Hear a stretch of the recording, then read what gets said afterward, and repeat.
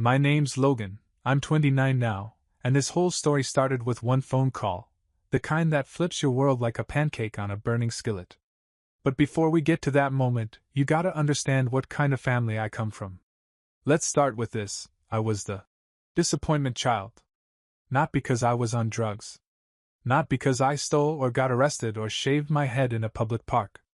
No, I was a disappointment because I didn't want to be my brother. Zach, the golden boy, the pride of the Henderson family. Ivy League law school. Married his college sweetheart. Bought a 3-bedroom house in a gated community before he turned 28. Drove a Tesla. Liked expensive bourbon and power suits. And then, there was me. I chose computer science, went remote before it was cool, worked in hoodies, and hadn't settled down, because, shocker, I didn't want to marry someone just to hit a checklist. I rented a decent apartment, worked for clients across 3 time zones, and wrote code that actually solved problems. But in my parents' eyes? Logan, when are you going to stop playing video games and get serious? That was my mom, every Thanksgiving.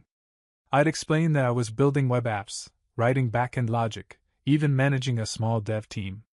And she'd just nod with that pity smile that said, "You'll understand when you grow up." I was 26. My dad? Way worse. "You sit behind a screen all day. That's not work, that's babysitting pixels."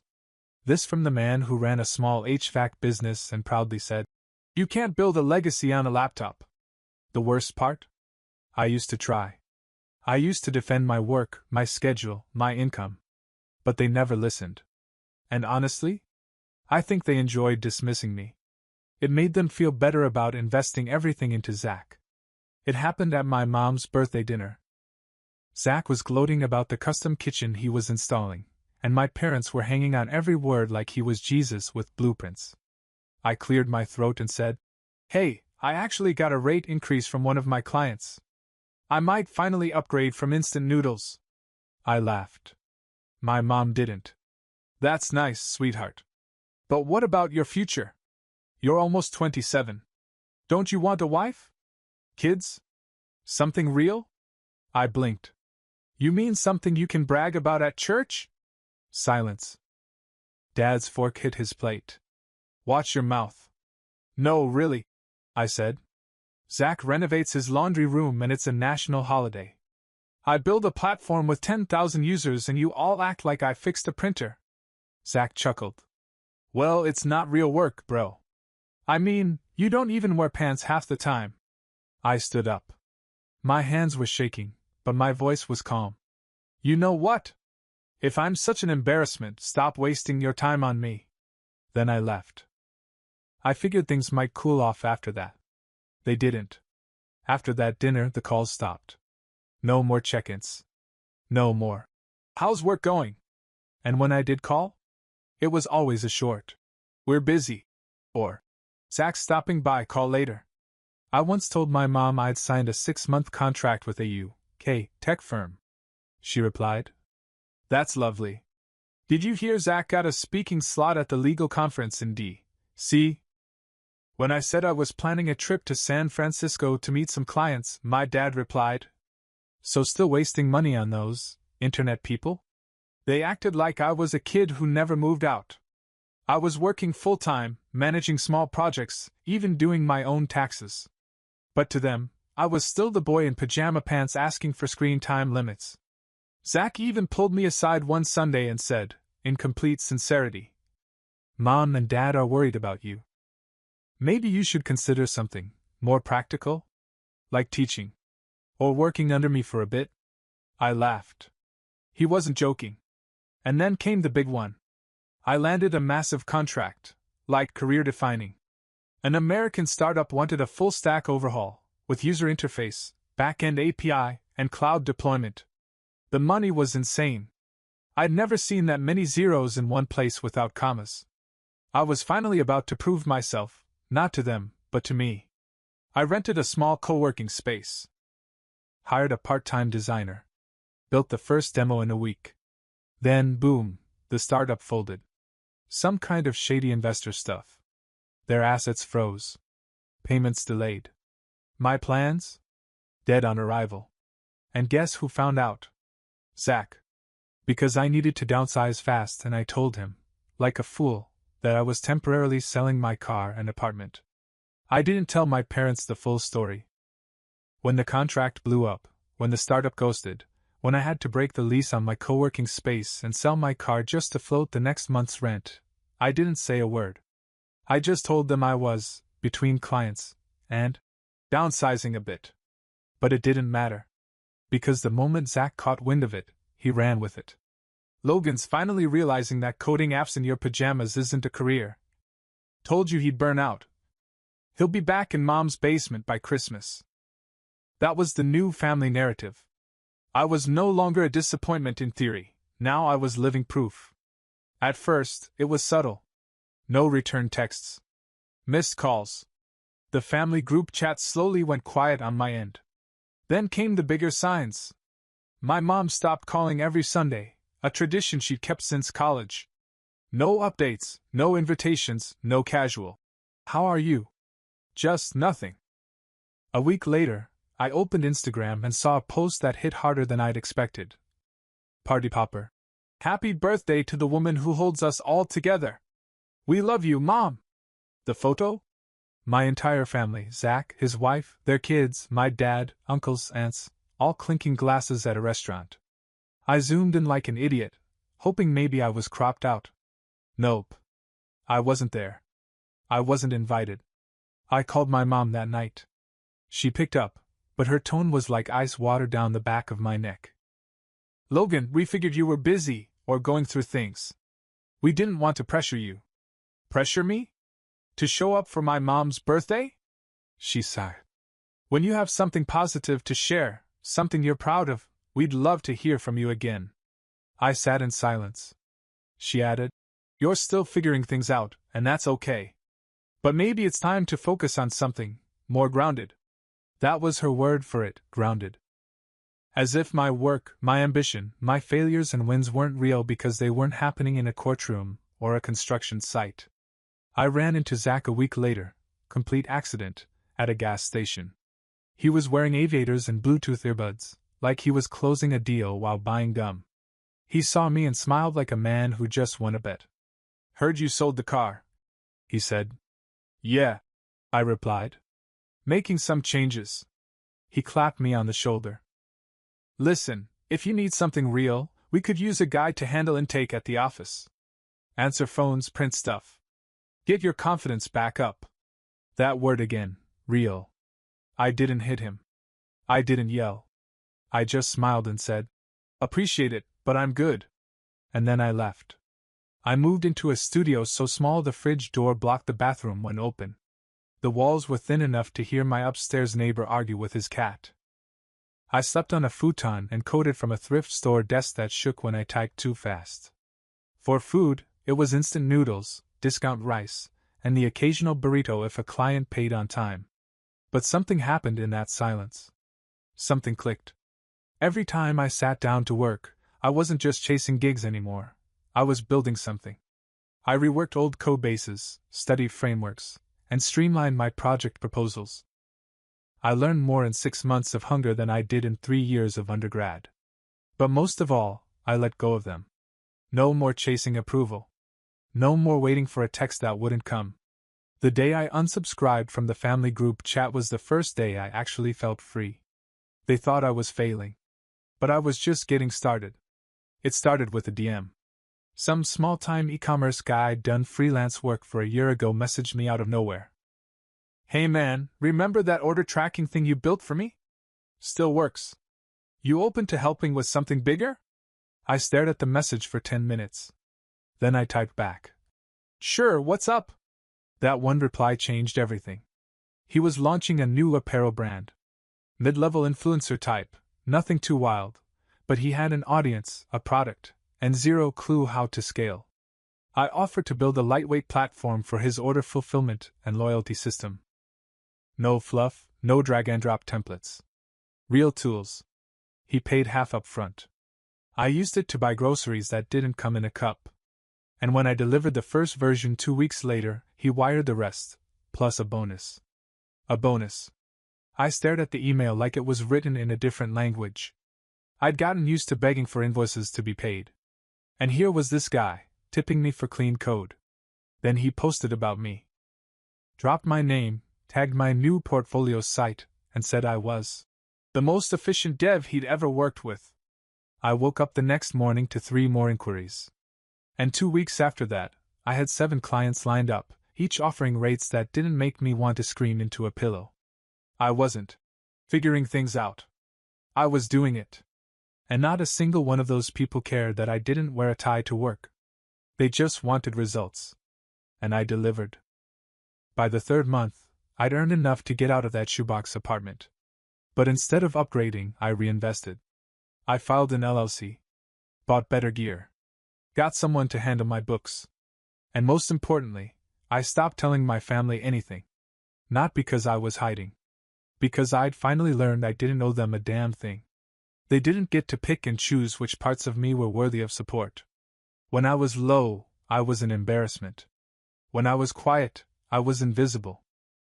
So now that I was rising, I wasn't gonna offer them a front row seat. Not anymore. Then came the day that changed everything. I got an email from a local founder, someone I'd followed for years but never spoken to. He ran a logistics startup. Had funding. Real traction. Subject line: referral from Drew, need a CTO. At first I thought it was a prank. Then I realized Drew was one of the clients I'd quietly helped during his messy launch 2 months prior. We met for coffee. Talked for hours. By the end of the week, I was in. No office politics. No drama. Just a title, a small equity chunk, and the green light to build something from scratch. I didn't even stop to celebrate. I just opened my laptop and got to work. Within 5 months, we launched. The user base spiked faster than we expected. Investors got interested. Our backend was holding strong, the UI was slick, and the logistics flows were outperforming projections. I barely slept. I ate too many microwave quesadillas. But I was buzzing. Wired on caffeine and momentum. And then, the article dropped. I didn't even know it was coming. One of our seed investors sent it to a tech blog. They titled it, "How 2 Guys Rebuild Logistics from Their Living Room, Meet the Brains Behind Swift Line." My face was in the thumbnail. My full name. My role. My background. They even quoted something I'd said offhand. I stopped waiting for permission. I just started building. It went mini-viral. Within hours, people I hadn't spoken to in years were liking it, sharing it, tagging me. I ignored most of it. But then my phone buzzed, a number I hadn't seen in months. Mom. I stared at the screen. Then I turned it over and let it ring. She called again. Then my dad. Then Zach. Then group chat. All within 24 hours. The silence that had once wrapped around me like a noose? Gone. Replaced by notifications I didn't ask for and attention I didn't need. And for the first time ever, I didn't feel angry. I felt powerful. Because now they wanted in. But they had no idea what I'd built without them. And no clue what was coming next. The group chat they once ghosted me and suddenly exploded with energy. Zach. Saw the article. Pretty cool, man. My dad. That's the hustle we always hoped to see from you. Mom. We're so proud of you. Always knew you had potential. I nearly choked on my coffee. Always knew. These people treated me like I was a temp worker for half my adult life. Suddenly I was the golden child because a tech blog slapped my name in bold? I didn't reply. Not immediately, anyway. Instead, I kept working. Because while they were playing catch-up, I was already on to the next thing, scaling. Hiring. Pitch decks. Seed rounds. We weren't just surviving anymore. We were growing. A local podcast reached out. Then a regional paper. Then one of the VC firms asked if we wanted to present at their annual summit. In less than 9 months, we'd gone from scrappy to serious. My inbox was full of calendar invites and due diligence files. My nights were a blur of Zoom calls and whiteboards. And somewhere in the middle of that, my parents invited me to a family dinner. No context. Just, we'd love to see you this weekend. I ignored it. 2 days later, my mom called again. I picked up this time, mostly out of morbid curiosity. "Logan," she said, sugar sweet. "I've been thinking, maybe we were too hard on you before." I raised an eyebrow. "You think?" She laughed like I was joking. "Your father and I are just happy to see you doing something real now. Something respectable." There it was. That word again. Respectable. They'd only redefined it because now it came with investors and headlines. I didn't say much. Just let her talk while I replied to a Slack message with one hand. She finally got to the real point. "You know, your cousin Rachel is thinking of launching a wellness brand. Maybe you two could connect? Share some of your knowledge?" Ah, there it is. The ask? Not even 10 minutes into the "we're proud of you" speech, and she was already trying to turn me into tech support for the extended family. I said I'd think about it. Then I blocked her for a day just to breathe. It wasn't petty. It was survival. Because every time they reached out now, it came with expectation. Not support. Just entitlement. Zach, of course, was next. He called while I was reviewing API flowcharts. "Bro," he said like we were college roommates. "That article was legit. I've been thinking, maybe we could collaborate. You handle the tech, I handle the legal stuff. Real synergy." I stared at my monitor. "Synergy," I repeated. "Yeah, man. Think about it. We could scale fast with the right structure. And I mean, the family name's getting some recognition. Might as well ride that wave together." Family name. He was pitching my work as a family win, like I'd built it in their backyard with his leftover lawn chairs. I said nothing. He kept talking. "You've got momentum, man. We just need to tighten the image, you know? Present it right. Investors love a good family success story." There it was. He didn't care about the product. He didn't care about the users. He wanted the optics. I told him I had to jump on a call. Then I muted the phone and whispered, "You had your chance." Because this wasn't their win. It wasn't even mine alone anymore. It was my team's. It was the sleepless nights, the risk, the failures I ate cold while everyone else was toasting to Zach's promotions. They thought this was some spontaneous success. They hadn't seen the basement apartments, the missed meals, the silence. They didn't earn a seat at this table. But I was about to show them just how far I'd built it, without a single handout. The irony was almost poetic. For years, I was the one reaching out. Checking in. Sending texts that got left unread. Showing up to birthdays where nobody asked me how I was doing, only what I was doing with my life. And now? My inbox looked like a fan club gone rogue. My aunt emailed to ask if I could mentor her son, a kid who once told me at Thanksgiving, "My dad says you just work with computers because you're bad with people." An old high school teacher messaged me. "I always knew you had something special. Would love to feature your journey in our alumni newsletter." Even Pastor Jim from our old church asked if I could speak at the young adult group about resilience in the modern tech economy. Resilience? This man literally said during a sermon once that remote work makes soft men. I didn't reply. Not out of spite. I just didn't have the time to entertain people who only showed up when your name appeared in a headline. What I did have time for, and made time for, was my team. We were scaling fast.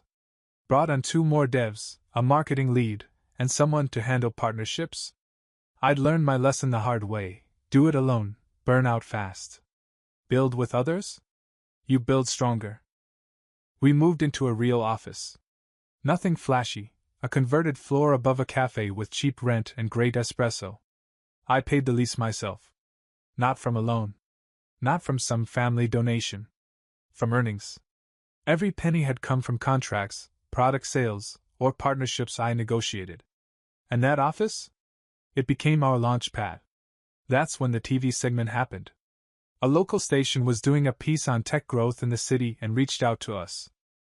They filmed B-roll, interviewed me and the founder, even did a quick demo of our dashboard.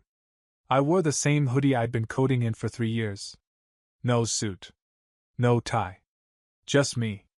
The piece aired on a Thursday night. By Friday, my parents had seen it. I know because my dad texted. Saw you on TV. Didn't realize how far you'd come. Proud of you, son. I stared at the word, son, for a long time. Because he hadn't used that in years. The last time we spoke face to face, he'd said, "You're wasting your time trying to chase some online fantasy. Come work with your hands like a real man." I guess now that fantasy came with lighting and interviews, it was finally real. But I wasn't interested in his validation. So I didn't reply. And that's when he called. Twice in a row. The second time, I picked up. "Logan," he started, that same tone he used when trying to sound casual but not desperate. "Hey. Look, your mom and we've been talking. Maybe it's time to reconnect." I let the silence hang. He continued, "We were thinking of hosting a little dinner. Zach will be there, of course. Maybe you could share some of what you've learned. You know, help the family grow together." There it was again, the pitch. They'd come home and show us how to profit from what we ignored. I said, "I'll think about it." Then hung up. I didn't think about it. Instead, I called my co-founder. "Let's host our own dinner," I said.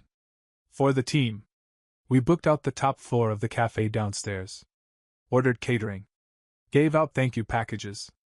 I even had custom mugs made with our logo.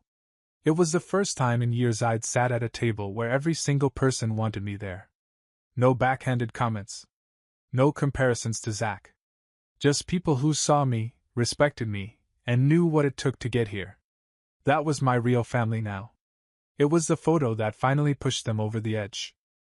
A friend on the team posted a pic from our team dinner. Everyone smiling, plates full, the city lights glowing behind us. I wasn't even the center of the shot, just another face in a group that actually felt like one. But the caption? "From ramen to real.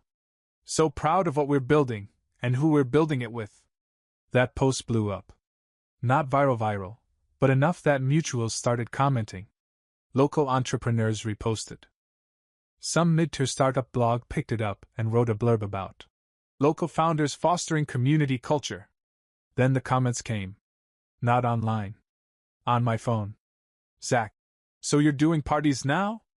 Nice to know you've got time for that. Mom, would have been nice to be included. We're still your family." Dad didn't say anything. He just sent a thumbs up emoji to the article. Classic. It wasn't about the party. It was about being excluded from a moment that finally wasn't about them. They'd spent years erasing me from their photo ops, their holidays, their group messages. Now I was the one curating the guest list, and they weren't on it. And they couldn't stand it. A week later, I got a message that made me laugh so hard I had to reread it twice. Zach again. "Hey, heads up, there's a big business leadership event next month. Mom and Dad are planning to go. They think you should come too. It'd be a great way to show you're part of the family brand again." The family brand. Like they were Nike and I was their rogue sneaker. I didn't reply. So he called.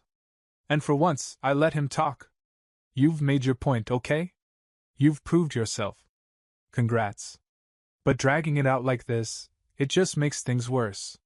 "For who?" I asked. He hesitated. "I mean, for all of us. It's awkward. People talk. It doesn't look good when one of us is out here acting like he made it alone." "I did make it alone," I said calmly. "Come on, bro, don't be like that." "Be like what? Honest? Unapologetic? Unwilling to whitewash the years of neglect just to fit a neat little reunion package?" I said nothing again. That seemed to be the loudest language they understood. But then came something I wasn't expecting. Mom showed up. Literally. Outside my office. She brought cookies. I opened the door, stunned.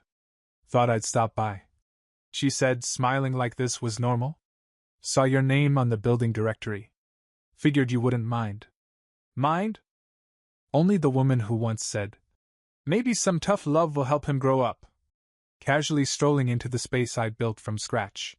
She looked around, wide-eyed. "This is impressive." "Really?" I nodded. "We like it."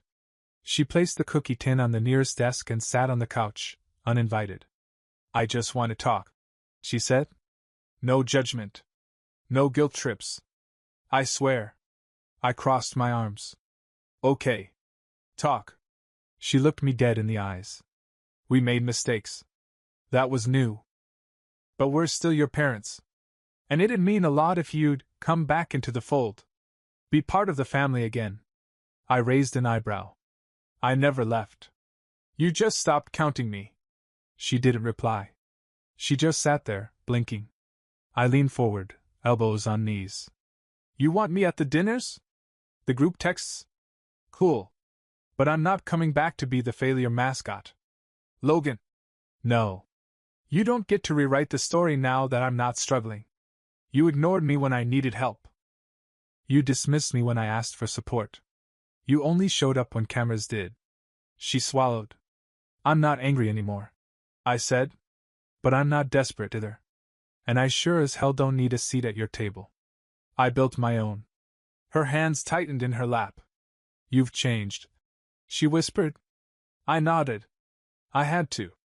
After that day, I didn't hear from her for a while. No texts. No calls. Not even a passive-aggressive comment on my team's posts. It was almost peaceful. Until Zach emailed me. Subject line. Urgent, need to talk. I didn't open it. I already knew. See, what they hadn't realized was that while they were playing catch-up with social media posts and family dinners, our company had been quietly closing a deal with a logistics giant, one that would change everything. Not just for us. For the whole market. And it had just gone public. The headline wasn't about me this time. It was about Swiftline, the product. The team. The growth. And buried in the article was a photo from our office. No fancy backdrop. Just the six of us, standing shoulder to shoulder in front of a whiteboard. My name was in the caption, next to my title, Chief Technology Officer. I didn't need to say a word. The world was speaking for me now. That night I got a text from my dad. Just one line. We need to talk. About the family. About our future. I stared at it, and for once, I didn't feel anger. I felt pity. Because now I could see the truth. They weren't proud. They were panicking. They realized they'd backed the wrong horse. Zach, for all his polish and privilege, was still clinging to middle management. He was good at talking, but he'd never built anything. Never risked anything. Never gone hungry while chasing a dream. And me? I was the kid they mocked for. Playing with computers. Now I was the one being asked to come back. To help. To fix. To save their image. A few days later, they invited me to lunch. Neutral territory. A new cafe they hadn't dragged me to before. I almost didn't go. But curiosity won. I arrived 10 minutes early, grabbed a corner table, and ordered coffee. They walked in like they were headed to a meeting. Mom with her usual pearls. Dad in a blazer that still had the price tag dangling from the cuff. Zach was last. He looked tired. Less smug.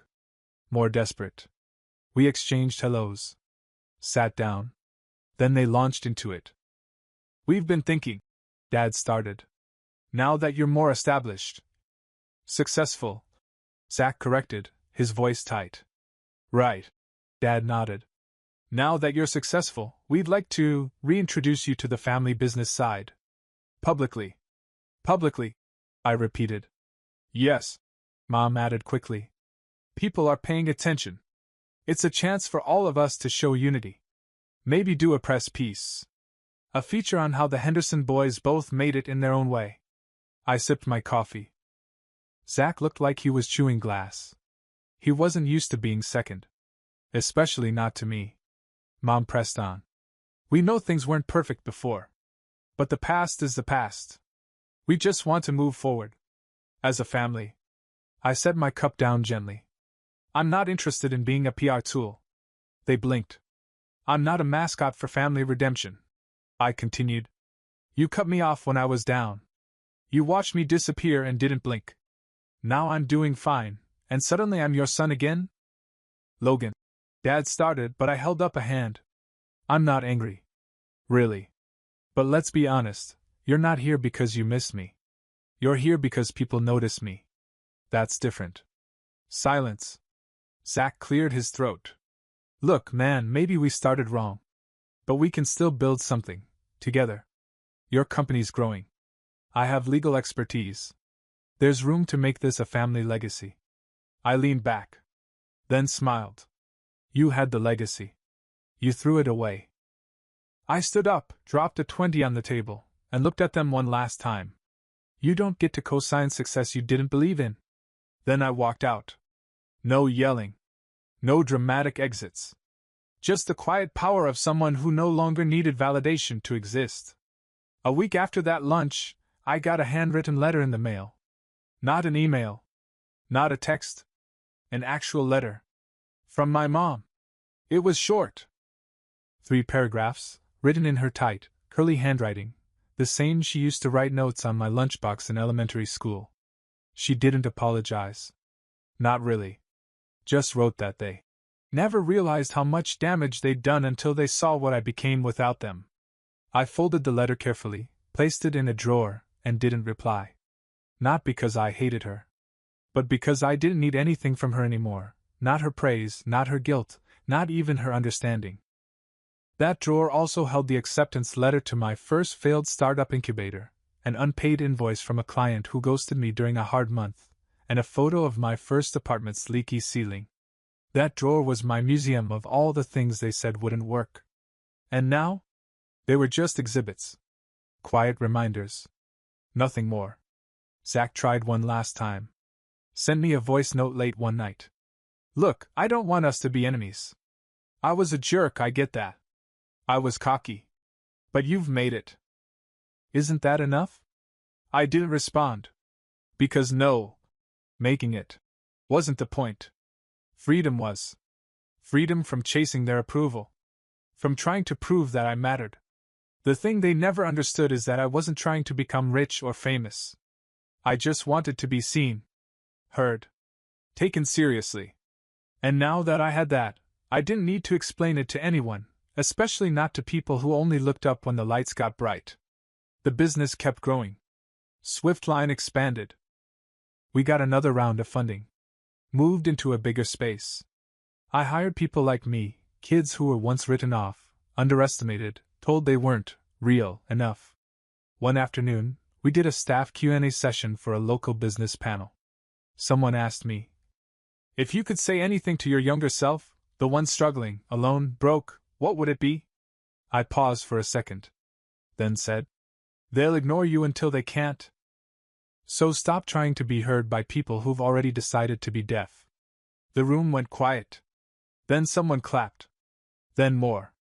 And that night, as I left the office, I walked past our new sign glowing on the building, my name on the founder's plaque just beneath it. I smiled. Not out of pride. Not out of revenge. Out of peace. I'd made it without them. And that made all the difference.